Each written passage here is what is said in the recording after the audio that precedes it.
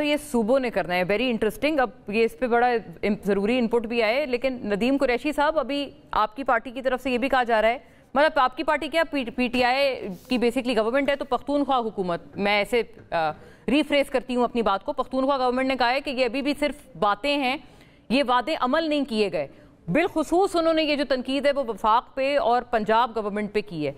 ये बताएं कि ये वाकई ऐसा है, क्योंकि हमने तो बड़ी तारीफ की इस बात की कि हर तरह से एनडीएमए को भी आगे पहुंचाया जा रहा है। आज तो बल्कि नवाज शरीफ साहब और शहबाज शरीफ की भी मुलाकात प्राइम मिनिस्टर की हुई है, और ये दोनों भी इसी मुद्दे पर मिले हैं कि पख्तूनख्वा में कैसे रिलीफ ऑपरेशन को मजीद एक्सपर्टाइट किया जाए।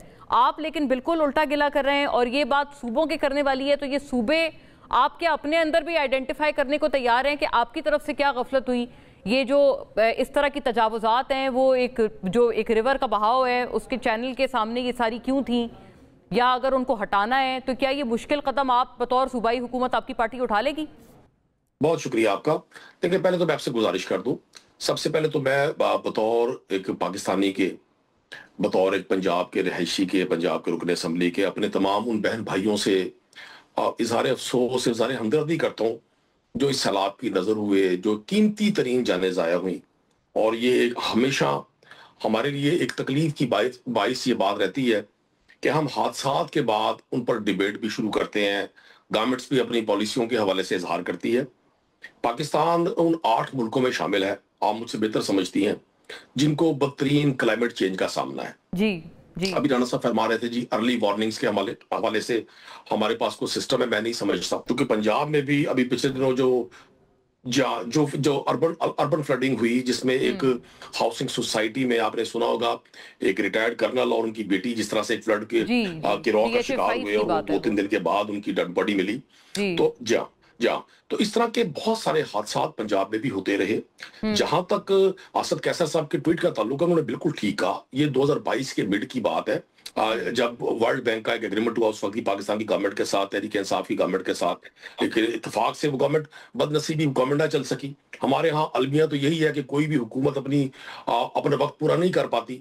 जो भी वेलफेयर के प्रोजेक्ट्स होते हैं वो नई आने वाली गवर्नमेंट सिर्फ इसलिए उनको निशाने इबरत बना देती है कि वो उनके पेशराओं ने या उनके किसी कंपेटिटर ने उन्होंने उसका आगाज किया होता है। अच्छा, दिलचस्प। आप फरमा रहे हैं ये जो फंडिंग मौसूल हुई थी वो खान साहब या पीटीआई की गवर्नमेंट के जाने से के पहले हुई थी।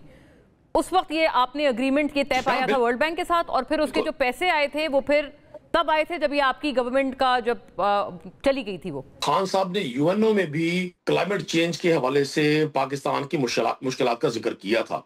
हम और आप जिस रीजन में हैं, ये जो बदतरीन क्लाइमेट चेंज का सामना आने वाले दिनों में भी होगा, हम बदनसीबी से उसी जोन में मौजूद हैं। मैं नहीं समझता कि गवर्नमेंट ने, क्योंकि इस गवर्नमेंट को भी अब ऑलमोस्ट 3.5 साल हो गए हैं। ये पीडीएमए की सूरत में भी इक़्तिदार में थे, अब भी ऑलमोस्ट 1.5 साल होने को आया। हम हमेशा हादसात के बाद उनको डिस्कस करते हैं, उनके हवाले से अपनी पॉलिसीज का तयन करते हैं, उसके हवाले से लोगों को तसल्ली देते हैं, लेकिन उसके बाद एक नया हादसा हमारा मुंतज़िर होता है। मैं आज भी समझता हूँ, बजाय इसके कि हम किसी ब्लेम गेम पे जाएं, आज भी वक्त है। बुनियादी तौर पे चूंकि मैं साउथ पंजाब से हूं, क्लाइमेट चेंज की वजह से हमारी साउथ पंजाब की वो जो एग्रीकल्चर थी वो भी तबाह हाली के करीब पहुंच गई है।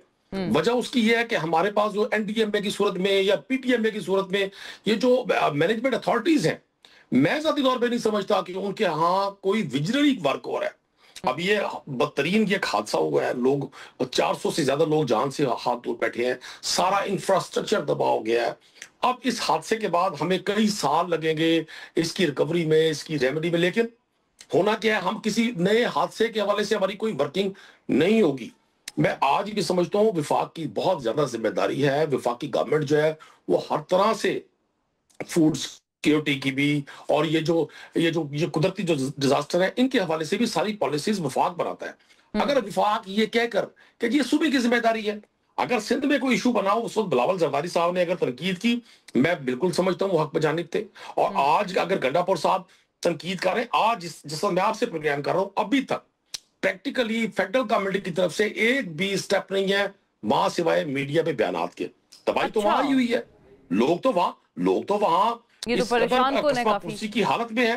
तो जाहिर है जी, मैं जब आपसे बात कर रहा हूं, आप इसको वेरीफाई कर ले। हो सकता है आज के बाद कोई सिलसिला बने। आपने भी फरमाया कि नवाज शरीफ साहब की और प्राइम मिनिस्टर की मुलाकात होने जा रही है, तो भाई ये बातें तो अब मुलाकातों से आगे होनी चाहिए।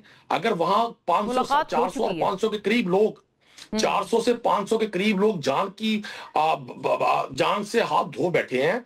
अभी मैं एक जगह एक क्लिप देख रहा था कि 120 बच्चे 120 किड्स वहां एक स्कूल में थे, ना स्कूल रहा ना वो बच्चे रहे।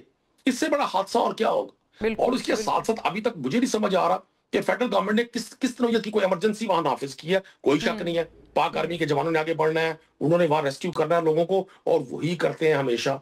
गवर्नमेंट्स तो यहाँ एक दूसरे पे तनकीद करके अपनी जिम्मेदारी से ओहदा बरा होने की कोशिश करते हैं। वो समझते हैं हमारी जान खलासी हो, हमसे ना कोई क्वेश्चन करे।